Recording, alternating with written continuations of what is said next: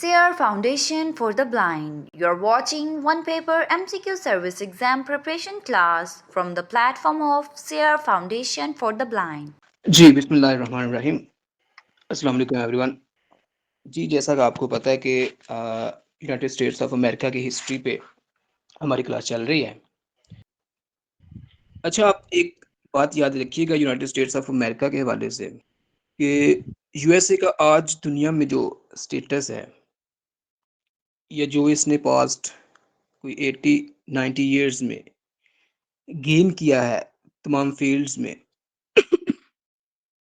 इसके पीछे अगर किसी एक बंदे का माइंड आप कहें, तो वो हमारे पास अमेरिका के प्रेसिडेंट रहे हैं Franklin D Roosevelt. Franklin D Roosevelt का माइंड है अमेरिका के पीछे। आपको पता है इनका टेन्योर हमने देखा था 1933 टू 45 रहा है और 4 कंसेक्टिव टर्म्स इन्होंने एंजॉय की हैं।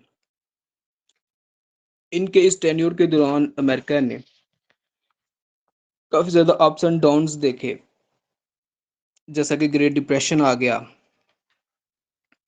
तो ग्रेट डिप्रेशन से जब जान छूटती है तो वर्ल्ड वॉर 2 शुरू हो जाती है।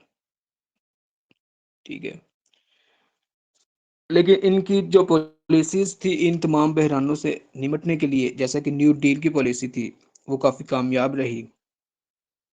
ठीक है, और ये पर्सनैलिटी हैं जिन्होंने यूएसए को एटॉमिक बम दिया और इक़्तिसादियात और इकोनॉमिक फ़ील्ड के अंदर यूएसए को नुमाया मुकाम दिलवाया पूरी दुनिया में। तो वर्ल्ड वॉर 2 जब शुरू हो चुकी थी, तो इन्होंने ये एक कॉन्फ्रेंस का ये एक कॉन्फ्रेंस शुरू करते हैं ब्रिटन वुड्स कॉन्फ्रेंस के नाम से। नाम आप याद रखिएगा, the Bretton Woods conference, BRETTON Woods, WOODS Woods conference. ये कॉन्फ्रेंस होती है 1 जुलाई टू 22 जुलाई 1944 को। ये 21-22 दिन का एक सेशन होता है,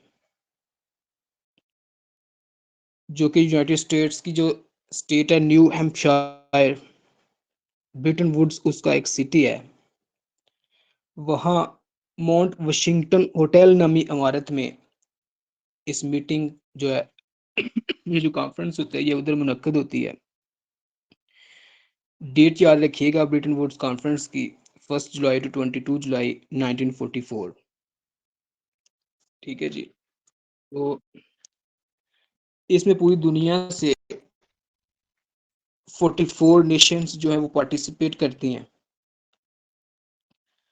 और इसमें जो की प्लेयर्स होते हैं वो यूएसए के साथ साथ यूके, ये दो मेन की प्लेयर्स थे इस कॉन्फ्रेंस में। ये कॉन्फ्रेंस जो थी ये 20th सेंचुरी की एक बड़ी ज़बरदस्त इकोनॉमिक गैदरिंग थी और इसका बुनियादी मकसद ये था कि इकोनॉमिक इश्यूज जो इन्होंने फेस किए थे पिछले डेकेड में, जिसकी वजह से ग्रेट डिप्रेशन का शिकार हुए थे, तो उन्होंने कहा कि कुछ इस तरह के इंतजामात किए जाएं कि इस तरह की सूरत हाल दोबारा ना हमारे सामने आए। तो उस पर डिस्कशन करने के लिए ये इस कॉन्फ्रेंस का इनेकाद करते हैं और इस कॉन्फ्रेंस का आउटकम ये होता है कि वर्ल्ड बैंक और आईएमएफ नामी अदारे जो हैं ये वजूद में आते हैं और जो डॉलर होता है उसको इंटरनेशनलाइज कर दिया जाता है, यानी कि उसकी अहमियत जो है वो ज़्यादा हो जाती है। अच्छा, इसमें जो याद रखने वाली चीज़ें वो आप ये याद रखेंगे कि आईएमएफ जो है ये कब वजूद में आया और वर्ल्ड बैंक जो है ये कब वजूद में आया। ये डेट्स आपने याद रखनी है। आईएमएफ जो है क्योंकि डिसीजन तो इसी कॉन्फ्रेंस के दौरान ही हो गया था 1944 में, लेकिन ऑफिशियली जो है आईएमएफ को कब इस्टेब्लिश किया गया, ये आपसे पूछ सकता है वो, डेट आप याद रखेंगे, 27 दिसंबर 1945 आईएमएफ जो है इसको इस्टेब्लिश किया जाता है। और 25 जून 1946 को वर्ल्ड बैंक जो है इसको ऑफिशियली ऑपरेट करना स्टार्ट कर दिया जाता है। तो इन इदारों का बुनियादी मकसद यही था कि जो इकोनॉमिक इश्यूज हैं उनसे किस तरह डील करना है।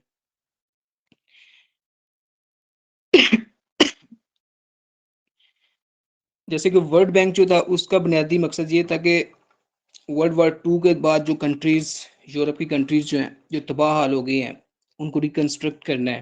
तो इसके लिए एक अदारा बनाया जाए जहाँ पैसे इकट्ठे किए जाएं और उनके ऊपर लगाए जाएं।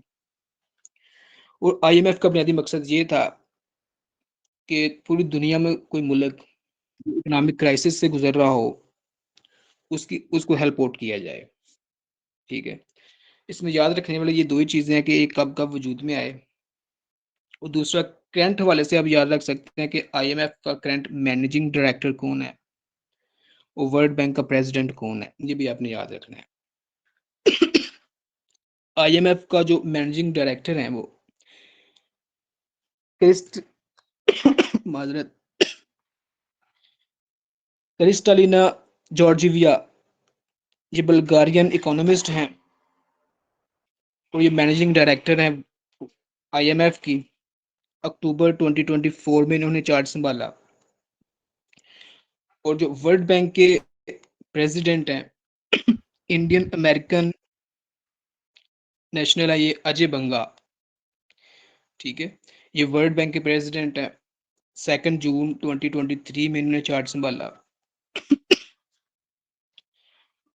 तो ये कुछ बातें आपने ब्रिटेन वुड्स कॉन्फ्रेंस के हवाले से याद रखनी है। इसके बाद आपको पता है जब 12 मार्च 1947 को ट्रूमैन डक्ट्राइन जो है, एरियस ट्रूमैन की स्पीच जो थी जिसमें उसने इस डक्ट्राइन का ऐलान किया, इस स्पीच के साथ ही दुनिया का जो पावर सेक्टर है वो दो हिस्सों में डिवाइड हो जाता है। कोल्ड वॉर एरा जो है वो शुरू हो रहा है। तो कोल्ड वॉर एरा की ड्यूरेशन हैरियस ट्रूमैन की स्पीच से ही शुरू हो जाती है 12 मार्च 1947 से, और ये 1991 तक ये जो है वर्ल्ड जो है वो दो पोल्स में तकसीम रहेगी। एक तरफ यूएसए है और दूसरी तरफ यूएसएसआर है। ठीक है, ये दो कुव्वतें हैं और अपनी अपनी आइडियोलॉजी का प्रचार कर रही हैं दुनिया में। तो यूनाइटेड स्टेट्स ऑफ अमेरिका जो है, क्योंकि अच्छा इसका जो बुनियादी इनका आपस में इख्तलाफात थे वो ये थे कि यूएसए और उसके जो अलाइज थे वो कैपिटलिस्ट जो सिस्टम था उसको फॉलो करते थे और ये डेमोक्रेटिक नेशंस थी, यानी कि जमहूरियत पसंद थी। यूएसएसआर और उसके जो अलाइज थे वो कम्युनिज्म को पसंद करते थे और अथॉरिटेरियन रिजीम्स थे उधर। तो ये इनका आपस में बुनियादी फ़र्क था। तो अपने अपने अफकार का ये प्रचार करते थे और एक दूसरे के ऊपर गालिब आने की कोशिश करते हैं कि दुनिया को कौन लीड करेगा। ठीक है, तो इस सिलसिले में कुछ ऑर्गेनाइजेशंस बनाई जाती हैं, आप लोग इसको नोट कर लें। यूएसए और उसके अलाइज मिलके एक ऑर्गेनाइजेशन तरतीब देते हैं नॉर्थ अटलांटिक ट्रीटी ऑर्गेनाइजेशन के नाम से, जिसको आप नेटो भी कहते हैं। डेट याद रखिएगा, 4 अप्रैल 1949 को north treaty Atlantic treaty organisation जो है ये वजूद में आती है। यहाँ से ये भी क्वेश्चन आ सकता है कि कुछ आपको ऑर्गेनाइजेशन बता देगा, फिर पूछेगा इनमें से मिलिट्री अलायंस कौन सा था। तो नेटो जो है वो एक मिलिट्री अलायंस था। ठीक है, तो नेटो जो है एक मिलिट्री अलायंस था और अभी तक दुनिया में ये एग्जिस्ट करता है। इसमें नंबर ऑफ कंट्रीज की तादाद आप याद रखिएगा 32 है। नेटो के अंदर नंबर ऑफ कंट्रीज 32 है। 31st स्टेट जो इसमें शामिल हुई थी फिनलैंड थी। 4 अप्रैल 2023 को इन्होंने शमूलियत अख्तियार की। और 32nd जो है वो स्वीडन थी, जो कि 7 मार्च 2024 को आती है। ठीक है जी। और इसके मुकाबले में definitely USSR, union of Soviet socialist Republic, वो भी अपना एक पैक्ट, अपना एक ऑर्गेनाइजेशन तरतीब देती है वार्सा पैक्ट के नाम से। ठीक है।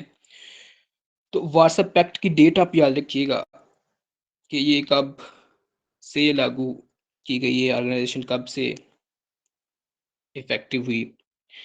ये 14 मई 1955 को वार्सा जो है ये पोलैंड का कैपिटल है। ठीक है, पोलैंड यूरोप की एक कंट्री है, वहाँ ये तरतीब देती है। और इसमें उस वक्त 8 कंट्रीज जो हैं वो शामिल होते हैं। नाम याद रखने की ज़रूरत नहीं है, लेकिन आपको मैं वैसे बता देता हूँ। यूएसएसआर खुद इसमें होती है, पोलैंड होता है, ईस्टर्न जर्मनी होती है, चेको चेकोस्लोवाकिया होता है, हंगरी, रोमानिया, बल्गारिया और अल्बानिया। ये 8 ममालिक जो है वो वार्सा पैक्ट का हिस्सा बनते हैं। अच्छा, यहाँ आप ये याद रखिएगा कि ये दोनों कंट्रीज जो हैं मेजर, यूएसए और यूएसएसआर, इन्होंने डायरेक्ट इसमें कभी एक दूसरे के साथ कन्फ्लिक्ट नहीं किया। डायरेक्ट जो है एक दूसरे के आमने सामने नहीं आए। इस एरा के दौरान इन्होंने प्रॉक्सी वार्स लड़ी। ठीक है, डायरेक्ट सामने नहीं आए, तो इसी वजह से इसको कोल्ड वार कहते हैं। ठीक है, ये एरा जो है इसको कोल्ड वार कहते हैं, क्योंकि इनके डायरेक्ट आपस में जंग नहीं हुई। इन्होंने दूसरे ममालिक के को सपोर्ट करके एक दूसरे के खिलाफ प्रॉक्सीज लड़ी हैं। जैसे कि हम देखेंगे कोरियन वार है, वियतनाम में ये जंग लड़ते हैं, फिर अफगानिस्तान में ये जंग लड़ते हैं। ठीक है। अच्छा जी, नेक्स्ट आप डेट याद रखिए, कोरियन वार का जो टाइमलाइन है वो आप याद रखेंगे। कोरियन वार जो है वो 1950 से 1953 तक जो है जारी रहती है।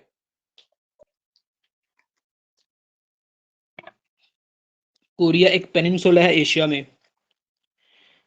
तो वर्ल्ड वार टू के दौरान के बाद इनकी आपस में इख्तलाफात हो जाते हैं, और ये दो हिस्सों में डिवाइड हो जाता है। एक नॉर्थ कोरिया और दूसरी जानब साउथ कोरिया। तो इन दोनों ग्रुप्स को ये जो कोल्ड वॉर एरा के मेजर प्लेयर्स हैं, दोनों यूज करते हैं। नॉर्थ कोरिया जो है इसको यूएसएसआर सपोर्ट करता है, और साउथ कोरिया को यूएस जो है वो सपोर्ट करता है। तो इनके आपस में जंग करवाते हैं। यूएसए जो है साउथ कोरिया को मिलिट्री एड भी फ्राहम करता है, लेकिन अल्टीमेटली यूएसएसआर ये जंग जीत जाता है, और नॉर्थ कोरिया की कोरियन वार में विक्ट्री होती है। ठीक है, आपने जस्ट इसमें कोरियन वार की टाइमलाइन याद रखनी है कि ये कब शुरू हुई, कब तक रही। इसके बाद एक इंसिडेंट होता है 1960 में। इस इंसिडेंट की टाइम आपने याद रखना है, 1 मई 1960। 1 मई 1960 को होता है U2 इंसिडेंट, इसका नाम होता है U2 इंसिडेंट। ये होता कुछ इस तरह से है कि आपको पता है पाकिस्तान जो है उस वक्त, क्योंकि अमेरिका जो है वो उसको पाकिस्तान को लॉलीपॉप देता है कि हम आपकी डिफेंस में आपकी मदद करेंगे। तो पाकिस्तान हमेशा इसकी तरफ ही देखता रहा डिफेंस के लिए। तो पाकिस्तान उस वक्त अमेरिका के कैंप में था। ठीक है, तो ज़ाहिर है अमेरिका रूस का आपस में फड्डा था। तो अमेरिका पाकिस्तान को कहता है कि हमें पिशावर के करीब एक एयर बेस चाहिए, ताकि हम यूएसएसआर पर नज़र रख सकें। पाकिस्तान मान जाता है। अमेरिका को बदाबार नामी एयर बेस जो है वो अमेरिका के हवाले कर दी जाती है। एयर बेस का नाम याद रखिएगा, बदाबार एयर बेस, पिशावर के पास है। तो 1 मई 1960 को बादाबार एयरबेस से 2 अमरीकी जहाज जो है वो उड़ान भरते हैं, और अफगानिस्तान को क्रॉस करके यूएसएसआर की सरजमीन पर हवा में उड़ना शुरू कर देते हैं। एक तरह से ये स्पाई जहाज थे। ठीक है, ताकि वहाँ से कुछ इन्फॉर्मेशन ले सके, कुछ अहम जो खबरें हैं वहाँ से कलेक्ट कर सकें। तो इनकी बदकिस्मती ये होती है कि रशिया जो है इनको मार गिराता है दोनों जहाज़ों को, ठीक है? और जो पायलट्स होते हैं, उनको ज़िंदा पकड़ लेता है। काइंडली ये वीडियो अब्दुर्रहमान अपनी म्यूट कर दी। तो रशिया जो है इन दोनों जहाज़ों को नीचे गिरा देता है और पायलट्स को ज़िंदा पकड़ लेता है। लेकिन खबर ये चला देता है कि हमने पायलट्स को भी मार दिया है, ठीक है? लेकिन हकीकत इसके उल्ट होती है। पायलट ज़िंदा होते हैं और पायलट से सारी इन्फॉर्मेशन ले लेते हैं कि ये किधर से आए हैं, क्या मकसद था और यहाँ क्या चेक करने आ रहे थे ये। तो पाकिस्तान पे इल्ज़ाम आता है कि पाकिस्तान ने अमेरिका को अड्डे फ्राहम किए हैं क्योंकि पायलट सारी इन्फॉर्मेशन दे देते हैं। तो पाकिस्तान समझता है कि पायलट्स तो मर चुके हैं, जैसा कि उसने बताया था कि पायलट्स मार दिए हैं हमने। तो पाकिस्तान तरदीद करता है कि ऐसा कुछ नहीं है, हमने कोई अड्डे नहीं फ्राहम किए। तो रूस वाले पायलट्स को पब्लिक कर देते हैं, सामने ले आते हैं कि ये देखो ये लोग तो ये कह रहे हैं। तो हमारी इंटरनेशनल सतह पे अच्छी खासी बेइज्जती हो जाती है और रशिया जो पाकिस्तान को हमले की धमकी दे देता है।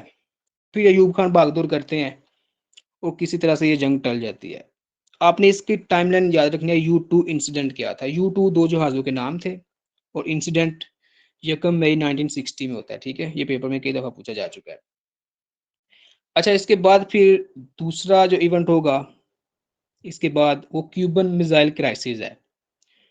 क्यूबन मिसाइल क्राइसिस 1962 में होता है, ठीक है जी। इसमें होता है कि हाँ, क्यूबा जो कंट्री है ये भी कम्युनिज्म जो है इसको सपोर्ट करता है, इसको पसंद करता है। आपको पता है यहाँ से 3 साल पहले 1959 में राउल कैस्ट्रो और फाइडल कैस्ट्रो और ची गुवेरा जो है ये क्यूबा में इनकलाब लेकर आते हैं और ये कम्युनिज्म का प्रचार करते हैं जो कि यूएसए के खिलाफ होते हैं। तो यूएसए जो है इनके खिलाफ होता है। तो रशिया जो है यूएसएसआर सॉरी इस दौर में वो अपने एटॉमिक जो उनके एटॉमिक वेपन जो होते हैं वो क्यूबा ले जाता है और बिल्कुल अमेरिका के नीचे बैठ जाता है। आपको पता है क्यूबा जो है अटलांटिक ओशन में बिल्कुल अमेरिका के साउथ में बिल्कुल उसके साथ वाक़ कंट्री है, आइलैंड कंट्री है। तो ये बिल्कुल उसके पास जाके अपने एटमी हथियार लगा देते हैं। तो यूएसए वाले पीछे कहाँ रहने वाले थे, वो भी यहाँ पे आके नेटो का पार्ट कंट्री है टर्किया, उसमें आके अपने हथियार लगा देते हैं। तो दुनिया जो अब एक एटमी जंग के दहाने पे पहुंच जाती है। तो इसमें आप पॉलिटिकल फिगर्स के नेम याद रखेंगे। यूएसएसआर को उस वक्त लीड कर रहे हैं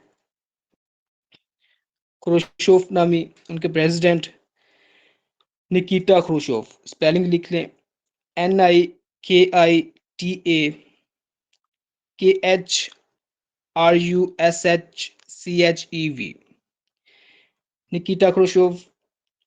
और इसको मेजर सपोर्ट यूएसएसआर को व्हाट्सएप पैक्ट की तरफ है।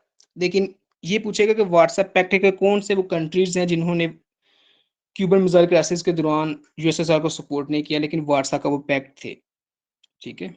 ये अल्बानिया और रोमानिया 2 कंट्रीज हैं, ठीक है? और यूएसए उसको जॉन एफ कैनेडी लीड कर रहे हैं। नेटो इसको सपोर्ट कर रहा है, लेकिन फ्रांस जो नेटो का पार्ट है वो क्यूबन मिसाइल क्राइसिस से के दौरान वो न्यूट्रल रहता है, ठीक है? कौन सी कंट्री न्यूट्रल थी नेटो में से? फ्रांस न्यूट्रल थी, ठीक है जी। तो फिर किसी तरीके से ये जंग टल जाती है। तो पेपर में ये 2-3 तरह से पूछा जा सकता है कि क्यूबन मिसाइल क्राइसिस कब हुआ था, डेट याद रखेंगे आप, पॉलिटिकल फिगर्स के नाम याद रखेंगे और कौन-कौन सी कंट्रीज जो थी वो पैक्ट के अंदर होते हुए भी उन्होंने न्यूट्रल रहने का जो है इंडिया दिया। इसके बाद आपको पता है 1963 में जॉन एफ कैनेडी जो है उनको असैसिनेट कर दिया जाता है। तो यहाँ पे क्वेश्चन इस तरह से भी आता है कि यूएसए के यंगेस्ट प्रेसिडेंट कौन है, ठीक है? यंगेस्ट प्रेसिडेंट यूएसए के कौन है? अगर यंगेस्ट इलेक्ट प्रेसिडेंट की बात करेगा तो फिर जॉन एफ कैनेडी हैं। यंगेस्ट प्रेसिडेंट इलेक्ट जिनके एक इलेक्ट होकर प्रेसिडेंट जो बने हैं और सबसे छोटे हैं वो जॉन एफ कैनेडी हैं हमारे पास। 43 ईयर्स इनकी एज थी जब ये प्रेसिडेंट बने। अगर ओवरऑल पूछा था कि यंगेस्ट प्रेसिडेंट ऑफ अमेरिका तो फिर थियोडोर रोजवेल्ट है, ठीक है? Theodore Roosevelt. जब विलियम मैकिनली को 1901 में असैसिनेट किया गया तो थियोडोर रोजवेल्ट वाइस प्रेसिडेंट थे, डायरेक्ट प्रेसिडेंट इलेक्ट नहीं थे, तो ये फिर प्रेसिडेंट की सीट पे आ जाते हैं। तो इनकी एज तब 42 ईयर्स थी। ओवरऑल यंगेस्ट जो है वो थियोडोर रोजवेल्ट है, लेकिन अगर पूछता है कि प्रेसिडेंट इलेक्ट जो है फिर जॉन एफ कैनेडी होंगे, ठीक है। अच्छा, इसके बाद 1963 में ही पूछा जाता है कि मार्टिन लूथर किंग जूनियर्स की speech I have a dream, ये उसने कब डिलीवर की? तो ये 1963 में उसने डिलीवर की थी, ठीक है। इसके बाद एक और इवेंट आता है कि चांद पे कदम रखने का इवेंट। तो पूछा जाएगा कि फर्स्ट मैन जिसने चांद के ऊपर कदम रखा वो कौन था? बंदे का नाम याद रखना है, Neil Armstrong, NEIL ARMSTRONG, Neil Armstrong. 1969 20th जुलाई, डेट याद रखेंगे, 20th जुलाई 1969। और ये मिशन था जी अपोलो 11, APOLLO, अपोलो 11 ये मिशन था। या ये जो स्पेस शटल थी उसका नाम है। तो फिर पेपर में ये भी पूछा जा चुका है कि नील आर्मस्ट्रॉन्ग तो फर्स्ट मैन था, सेकंड मैन कौन था? तो बुज, इस बंदे का नाम है बुज एल्ड्रिन, BUZZALDRIN, ठीक है। ये दूसरा बंदा था जिसने चांद पे कदम रखा। नील आर्मस्ट्रॉन्ग ने 20th जुलाई को कदम रखा, इसने 21st जुलाई 1969 को चांद पे कदम रखा, ठीक है जी। इसके बाद जी 1954 में वियतनाम की जंग शुरू हो जाती है, ठीक है। ये भी वर्ल्ड वॉर 2 के बाद दो हिस्सों में स्प्लिट हो गया था, नॉर्थ वियतनाम और साउथ वियतनाम। और जैसे कोरियन वार में हुआ था, दोनों मेजर प्लेयर्स कोल्ड वार के एक एक हिस्से को सपोर्ट करते हैं और इनको आपस में लड़वाते हैं। नॉर्थ वियतनाम को USSR सपोर्ट कर रहा होता है, नॉर्थ कोरिया सपोर्ट कर रहा होता है, साउथ वियतनाम को USA, ऑस्ट्रेलिया वगैरह सपोर्ट कर रहे होते हैं। तो इस जंग में USA की एंट्री 1964 में होती है। पूछा गया कि वियतनाम में USA की एंट्री कब हुई? 1964 में हुई। और 1973 में USA ने ये जंग से खुद को निकाल लिया, ठीक है, विद्रॉ कर लिया। दोनों डेट्स याद रखेंगे कि USA वियतनाम की जंग में कब शामिल हुआ, कब वहां से इसने विद्रॉ किया। ठीक है जी। इसमें भी वो उसको साउथ वियतनाम को मिलिट्री एड फ्रॉम करते हैं, लेकिन ये जंग भी नॉर्थ वियतनाम जीत जाता है, ठीक है। टाइमलाइन आपने याद रखनी है जंग की, USA ने कब एंट्री ली, कब एग्जिट किया, दोनों डेट्स याद रखेंगे। इसके बाद वियतनाम के हवाले से आता है कि वियतनाम की यूनिफिकेशन कब हुई। कोरिया जो अभी तक दो कंट्रीज है, इनकी यूनिफिकेशन नहीं हो सकी थी, ठीक है, लेकिन वियतनाम की यूनिफिकेशन हो गई थी। तो पूछते हैं कि यूनिफिकेशन कब होती है इनके आपस में, दोबारा कब एक कंट्री बन जाते हैं? तो ये 27 जुलाई 1976 डेट याद रखिएगा, ठीक है जी। यूनिफिकेशन ऑफ वियतनाम होती है।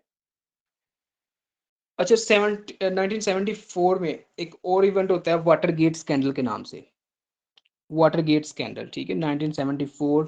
ये US प्रेसिडेंट रिचर्ड निक्सन के नाम से एसोसिएटेड है, ठीक है।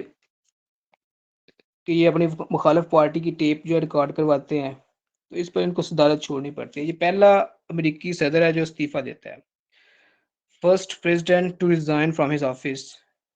रिचर्ड निक्सन है, नाम याद रखेंगे आप। और वाटरगेट स्कैंडल किससे एसोसिएट है? ये भी रिचर्ड निक्सन से है, ठीक है। ये आपने याद रखना है और डेट याद रखनी है 1974। उसके बाद आप टाइमलाइन याद रखेंगे कि रशिया जो है, USSR जो है, उसने अफगानिस्तान पे अटैक कब किया।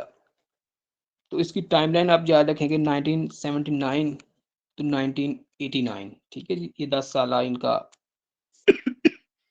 ये टाइमलाइन है, ये याद रखेंगे आप।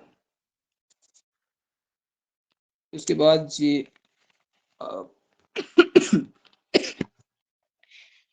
रोनाल्ड रेगन, इनके हवाले से क्वेश्चन आता है कि वो कौन से प्रेसिडेंट हैं जो प्रोफेशन के एतबार से एक्टर थे। तो रोनाल्ड रेगन जो है ये एक्टर थे बाय प्रोफेशन, और इनका टेन्योर है 1981 टू 1989, ठीक है जी। यानी कि USSR का जब अटैक था अफगानिस्तान के ऊपर, तो उसका जो मेजर टाइम पीरियड था, उस दौरान रोनाल्ड रेगन USA को लीड कर रहे थे। तो रोनाल्ड रेगन के बाद आते हैं जी जॉर्ज हर्बर्ट वॉकर बुश। इनको बुश सीनियर भी कहते हैं। स्पेलिंग आप इनके याद रखिएगा, George Herbert walker Bush, HARBERT Bush. ठीक है जी।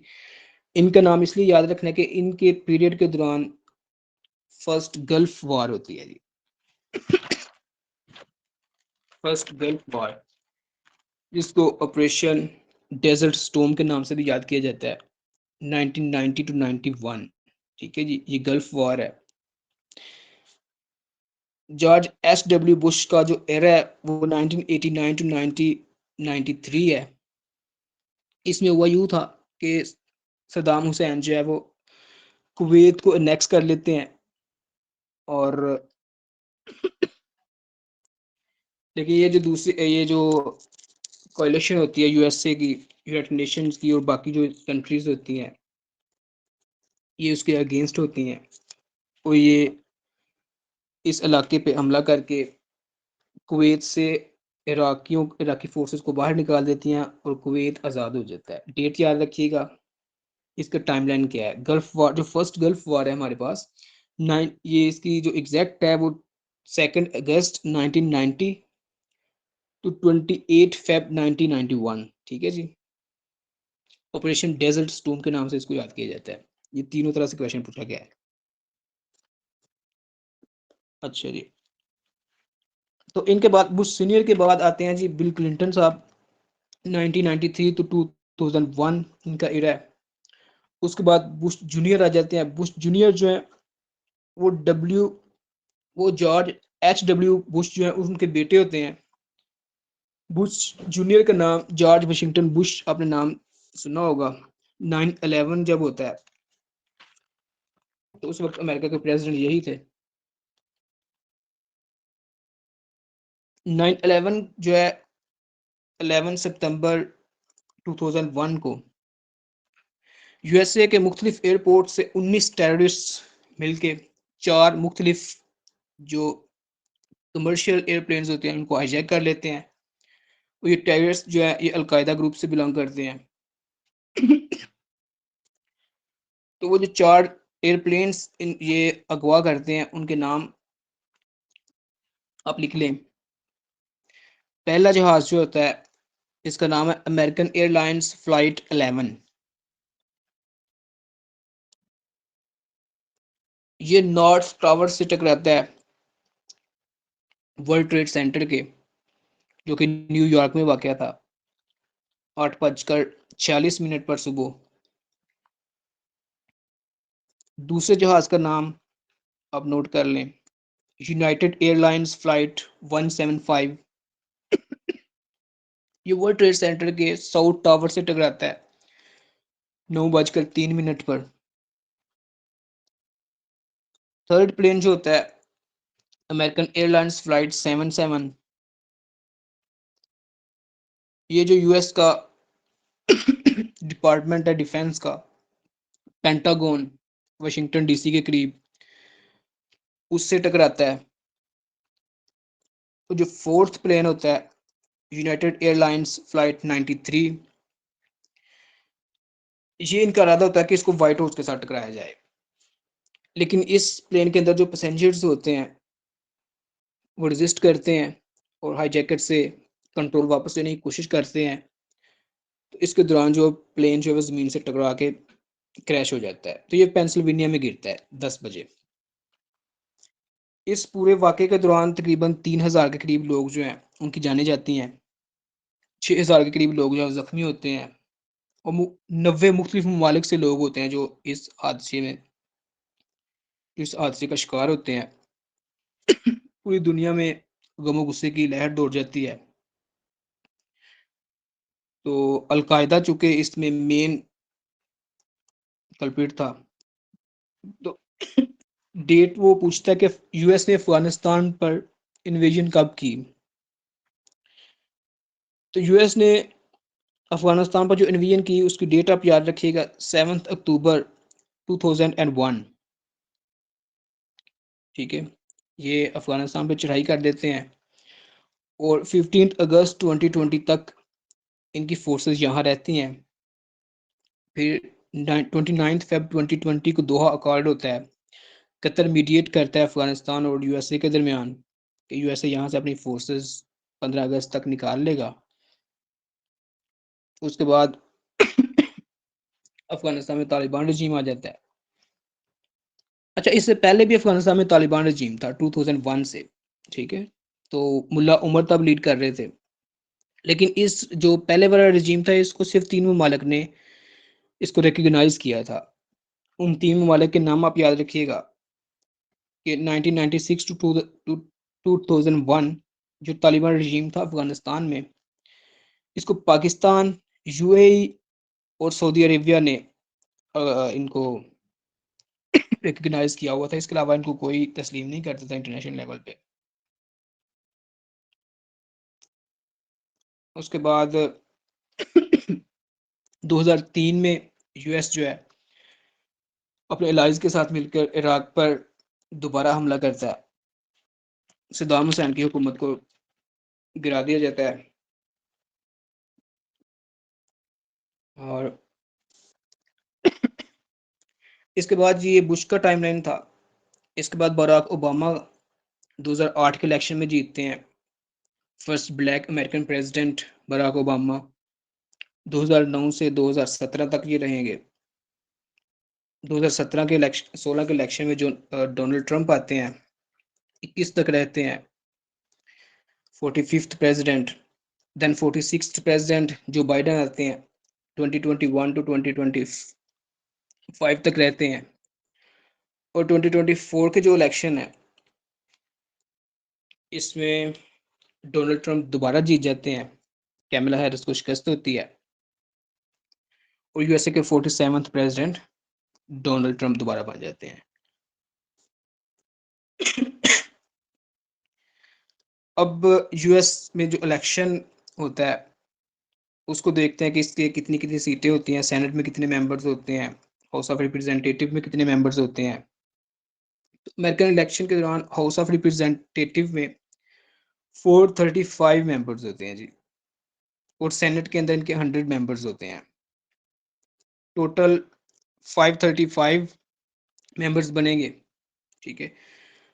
और यूएसए के 3 फेडरल एरियाज हैं। इनके नाम आप याद रखिएगा। गुआम एक आइलैंड है फिलीपीन के पास, जहाँ पे हमने मारियाना ट्रेंच पढ़ी थी पैसिफिक ओशन में।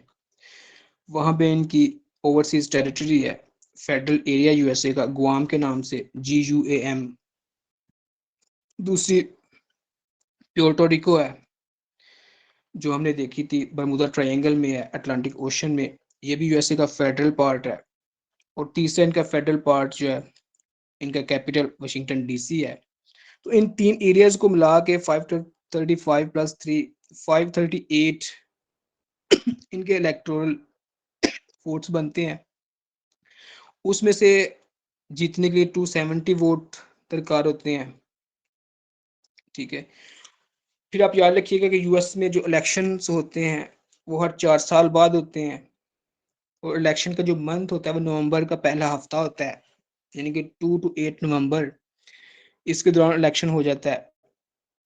और जो ओथ टेकिंग सेरेमनी होती है इनकी, वो 20 जनवरी को होती है, ठीक है। उसे नेक्स्ट ईयर 20 जनवरी को।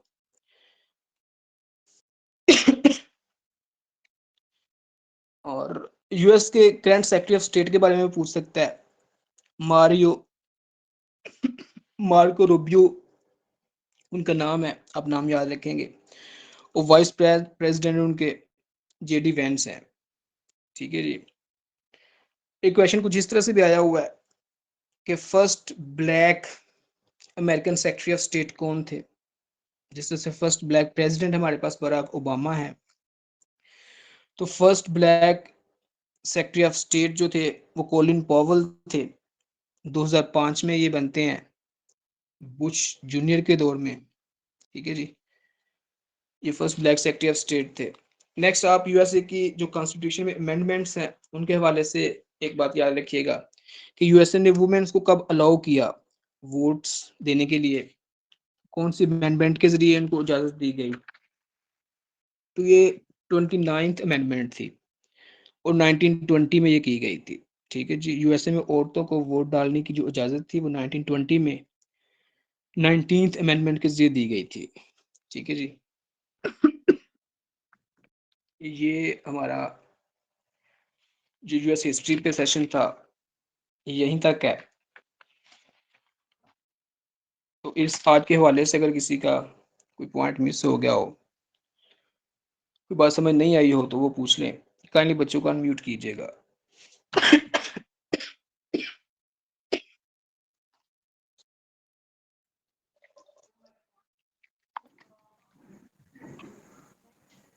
जी अहमद, बच्चों को अनम्यूट करिए।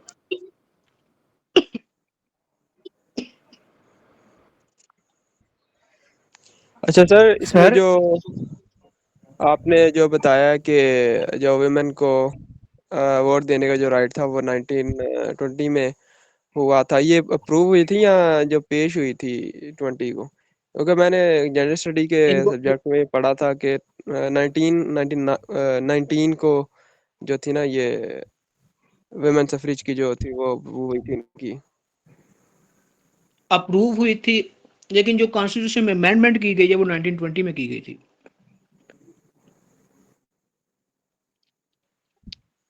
चलें ठीक जो अमेंडमेंट की गई थी वो 1920 में की गई थी। है। जी सर, मेरा क्वेश्चन था कि ये कोरिया वार या वियतनाम जो वार है, इसका एक और नाम भी है, इसको किसी और नाम से भी बुलाया जाता है। ये जो कोरियन वार है इसको फॉरगॉटन वार भी कहते हैं। इसके अलावा कोई आपके जहन में है तो वो बता दीजिए। और ये छुप छुप का जो इन्होंने वार किए थे उसका मुझे भी इंग्लिश में नाम नहीं आ रहा है, ये भी उसको वार कहते हैं। ये टनल्स बनाई गई थी, बिल्कुल हाँ इसमें है ये। हम्म। और ये वियतनाम और वाली वार है, कोरियन में, ये वियतनाम हाँ में हुआ था। हाँ, वियतनाम टनल्स में। बनाई गुरेला वार गई थी। कहते हैं उसे। Guerrilla war. गुरेला। हाँ, गुरिल्ला थैंक वॉर। यू बेटा, गुरेला गुरिल्ला, वार कहते हैं। बिल्कुल जी जी, बिल्कुल गुरेला वार भी कहते हैं इसको, ठीक है। गुरिल्ला वाला है। और जो था नेटो है सर, इसमें मुस्लिम ममालिक कितने हैं शामिल हैं, और तुर्की इसमें कब शामिल हुआ था, कोई इसका आइडिया है कोई? टर्की कब शामिल हुआ था इसकी डेट फिलहाल तो मेरे माइंड में नहीं है, लेकिन हम्म, आई थिंक ये वाहिद मुस्लिम कंट्री है जो नेटो का पार्ट है। ठीक ठीक है। है, इसकी और टाइमलाइन में देखूंगा।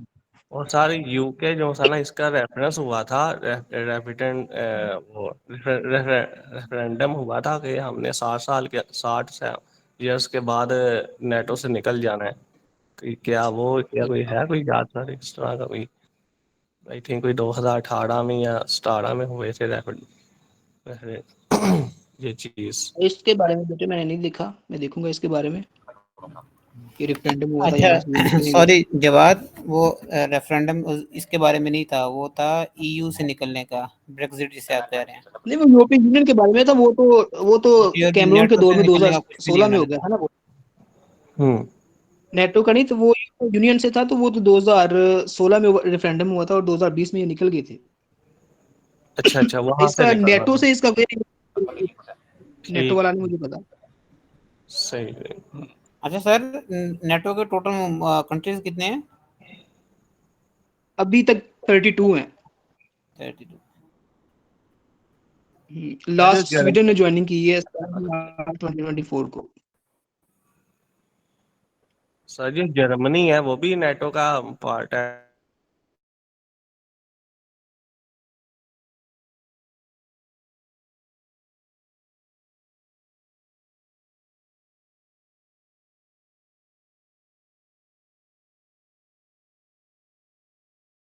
क्यों होता है? जी। चांसलर होता है बेटा, इसका वाइस चांसलर नहीं होता, हाँ चांसलर है हाँ, इसका। चांसलर होता है इसका, तो बाकियों के ये क्योंकि प्रेसिडेंट होते हैं। हाँ, ये देखिए आपने खुद ही रखना होता है। जैसे कई ममालिक हैं हम्म, किंग को रखते हैं, ठीक है, तो आएगा तो उनका प्रेसिडेंट।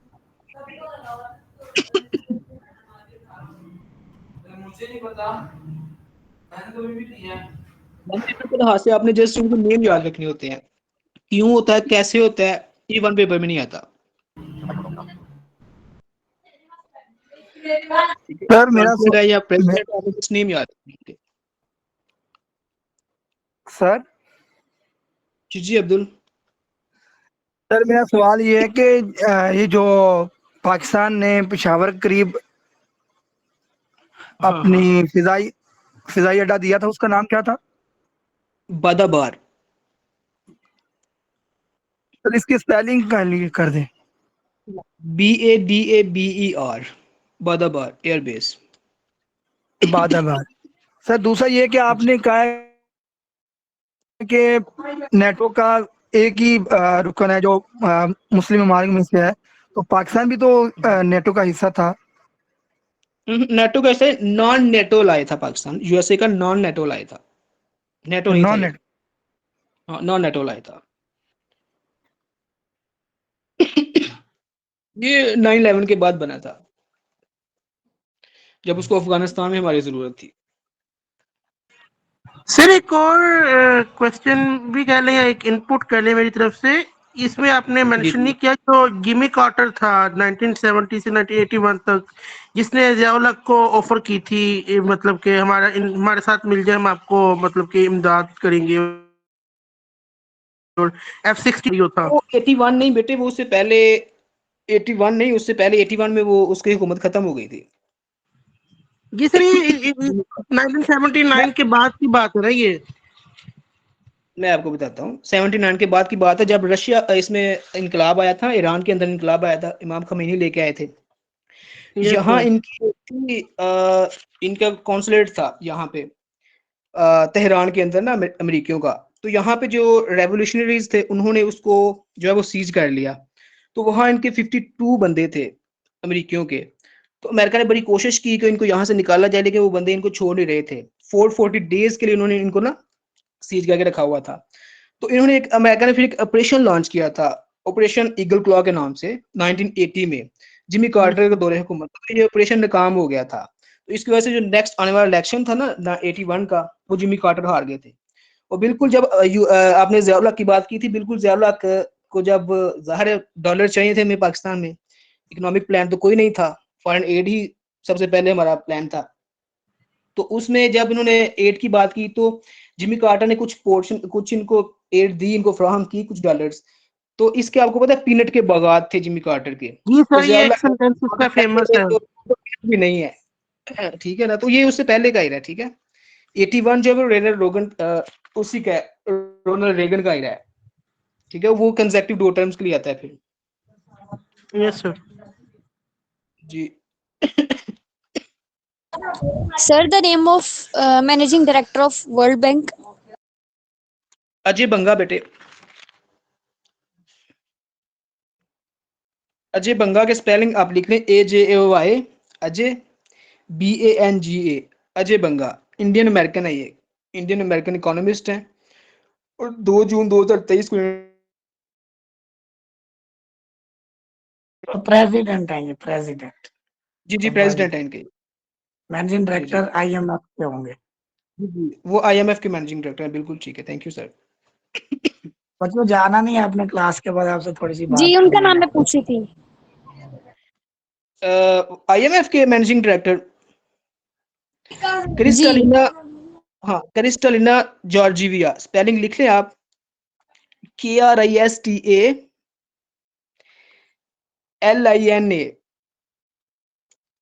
GEORGIEVA,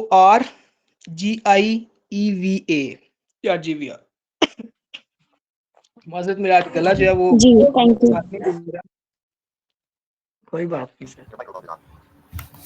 ये जॉर्जिविया एक्सक्यूज मी नहीं, सर। जॉर्जिया ही है प्रोनाउंसिएशन तो। किसी और का कोई पॉइंट लेते हो तो वो कर ले।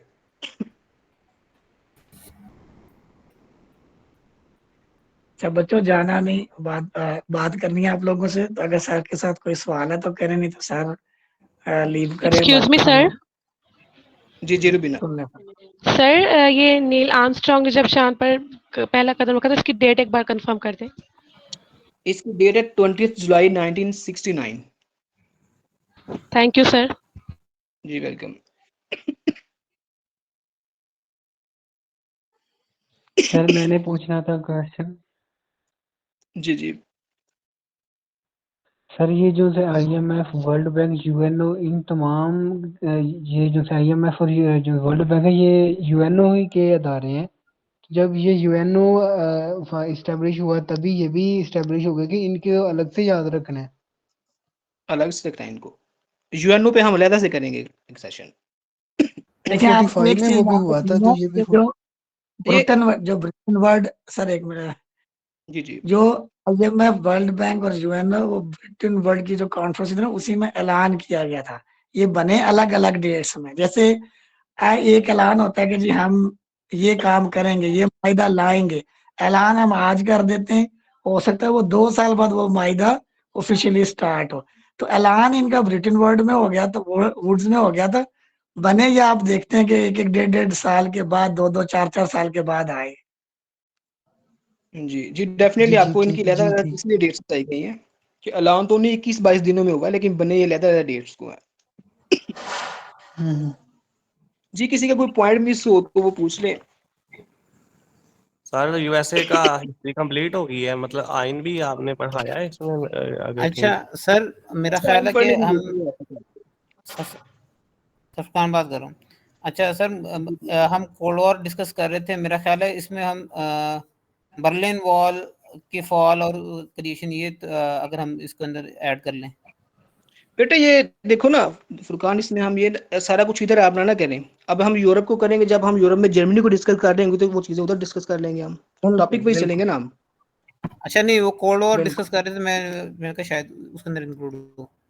बेटा वो इसको हम लहदा से करेंगे, जब जर्मनी का पार्ट कर कोल्ड रहे वॉर हैं ना उसको। रिलेटेड थी ना उसको। हाँ हमने इसमें जस्ट जस्ट यूएस से रिलेटेड चीजें की है ना इसमें, ठीक है। क्योंकि हम यूनाइटेड स्टेट्स की हिस्ट्री पढ़ रहे हैं। तो हम जस्ट यहाँ इसके स्पेसिफिक रहेंगे। जब हम जर्मनी करेंगे तो हम देखेंगे कब ये वॉल जो है ये बनती है, कब ये गिरती है, क्या होता है। ठीक है, कौन कौन सा कैपिटल सर जर्मनी का बनता है। नेटो का तज़किरा हो रहा था। जी सर नेटो का तज़किरा हो रहा था, तो आपने बताया कि तुर्की है सिर्फ वाहिद मुस्लिम कंट्री, तो क्या जो सा अल्बानिया यूरोप में है वो नहीं है क्या इसका नेटो का हिस्सा? वो भी तो मुस्लिम अल्बानिया कंट्री है ना अल्बानिया। वो तो मुस्लिम है, लेकिन अल्बानिया इसका पार्ट है। आप कहानी एक दफा चेक कीजिएगा। अल्बानिया आई गेस इसका पार्ट नहीं है। मैं देखता हूँ उसको वैसे।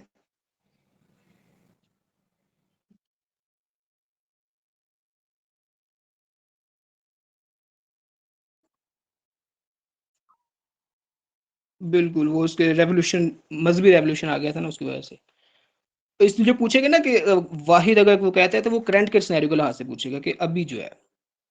ठीक है, तो अभी तो हमारे पास टर्की है बस।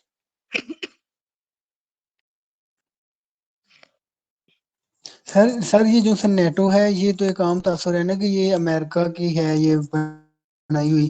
तो सर ये नॉर्थ अटलांटिक अटलांटिक जो सा ओशन है उसका क्यों तज़किरा आ रहा है? ये हालांकि अमेरिका को तो 2-3 समुद्र लगते हैं, पैसिफिक लगता है और आर्टिक भी लगता है। बिल्कुल, मैंने आपको पढ़ाया था जब हम अमेरिकाज कर रहे थे। वेस्टर्न हेमिस्फीयर में दोनों अमेरिकाज है। दोनों अमेरिकाज के ईस्ट में जो ओशन आ रहा है ना, वो हमारे पास अटलांटिक ओशन है। लेकिन जब हम यूरोप को पढ़ेंगे ना तो हम डिस्कस करेंगे कि यूरोप के वेस्ट में जो ओशन आ रहा है वो भी अटलांटिक है। अमेरिका के ईस्ट में है, यूरोप के वेस्ट में है। तो यहाँ पे इस अटलांटिक ओशन की कास्ट पे जो कंट्रीज आ रहे हैं, यूरोप के और अमेरिका के। ठीक है, अमेरिका के मेनली यूएस और कनाडा, इन्होंने मिलकर ये बनाई हुई है। इसकी वजह से इनको नॉर्थ अटलांटिक ट्रीटी ऑर्गेनाइजेशन कहते हैं कि जो अटलांटिक ओशन है उसका भी नॉर्दर्न पोर्शन यहाँ पे आता है। अगर यूएसए को देखा जाए तो इसका नॉर्दर्न पोर्शन है। तो सर ये जो ठीक है, जैसे क्या ऑस्ट्रेलिया और न्यूजीलैंड ये इसका हिस्सा नहीं है नेटो का? तो वैसे ऑस्ट्रेलिया आई गेस और अमेरिका इनकी पूरी लिस्ट के देखनी पड़ेगी बेटे। दरमियान तो पैसिफिक आता है। इनका बिल्कुल पैसिफिक आता है। क्या बोला इंडिया सर आपने? इसकी लिस्ट देखनी पड़ेगी यार। ये 32 कंट्रीज हैं, सब के सब नाम नहीं आपने याद रखने, लेकिन देख लेते हैं इनकी लिस्ट पूरी निकाल के देख अच्छा लेंगे कौन कौन सा जवाब को शामिल सर, है। मैं तो पेपर रिस्पॉन्स, में पूछे गए ना, वो पूछे गए रिसेंटली कौन कौन किसकी ज्वाइनिंग की है।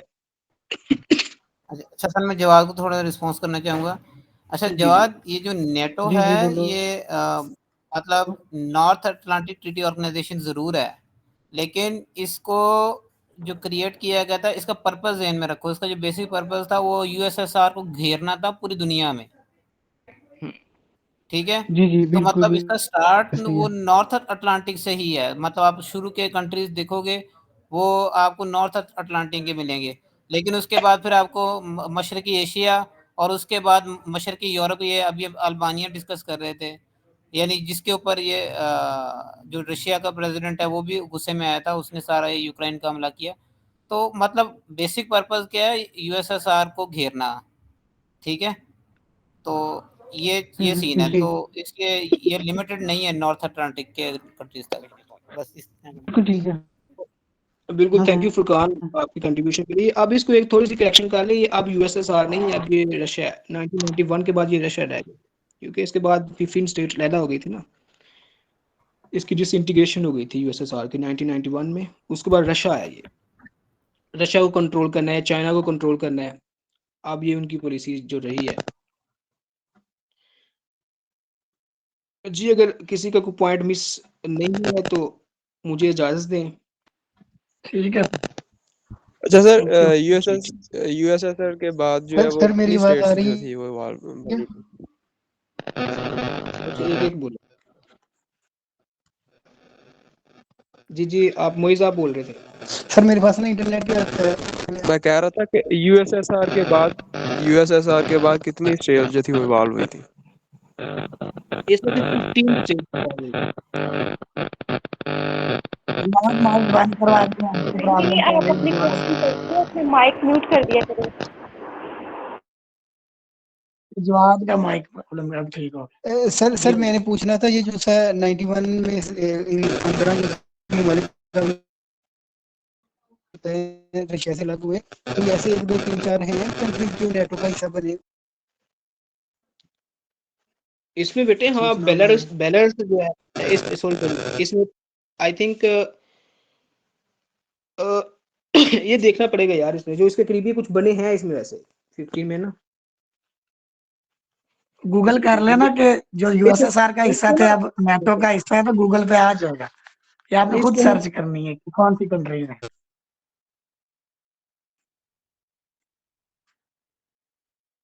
सर मूवीज का आंसर कर दे। मोइस का बेटे, आपने पूछा था कितने स्टेट्स इवॉल्व हुए, 15 स्टेट्स हैं।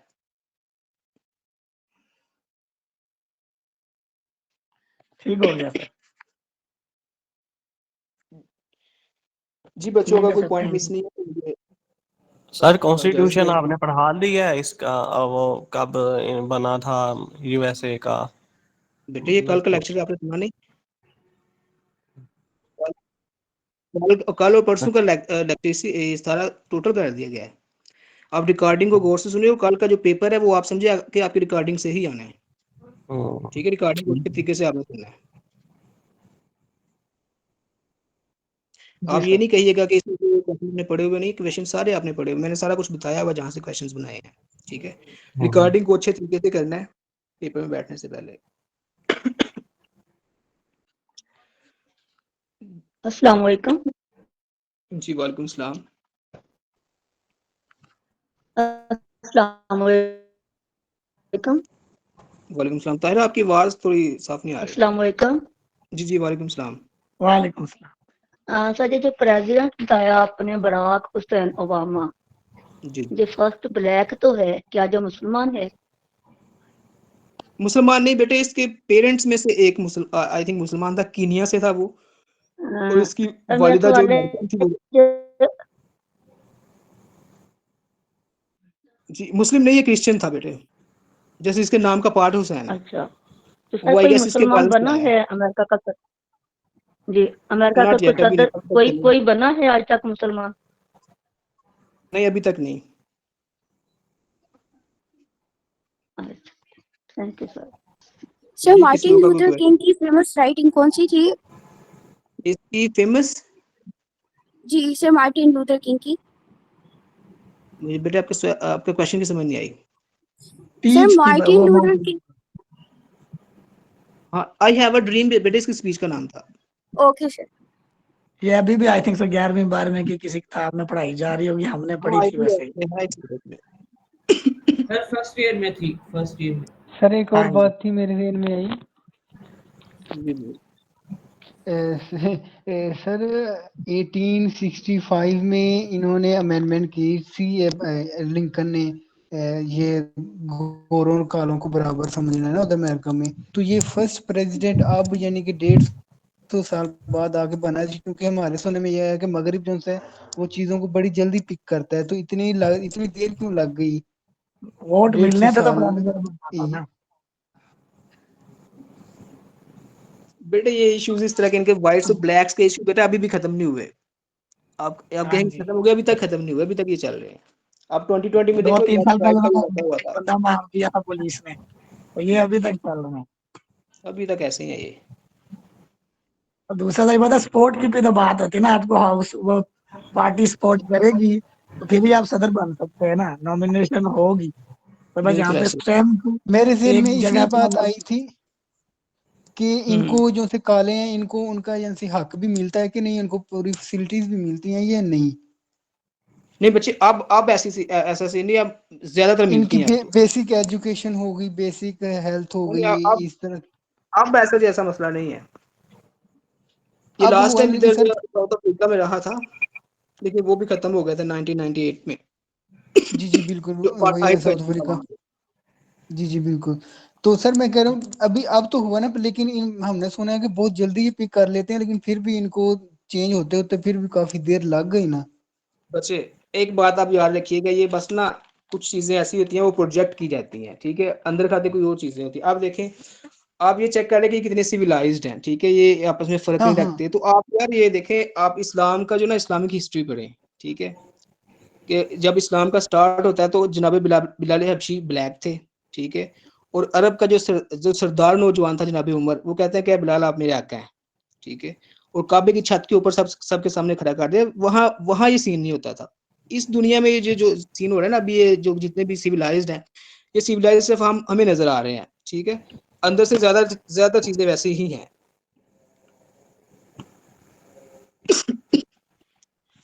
जी, किसी का कोई और टॉपिक से रिलेटेड कोई क्वेश्चन है तो वो करे, जनरल क्वेश्चंस ग्रुप में क्या करें यार। Thanks for watching. Seer Foundation is committed to find employment and entrepreneurship opportunities through research and skill development for the people with blindness.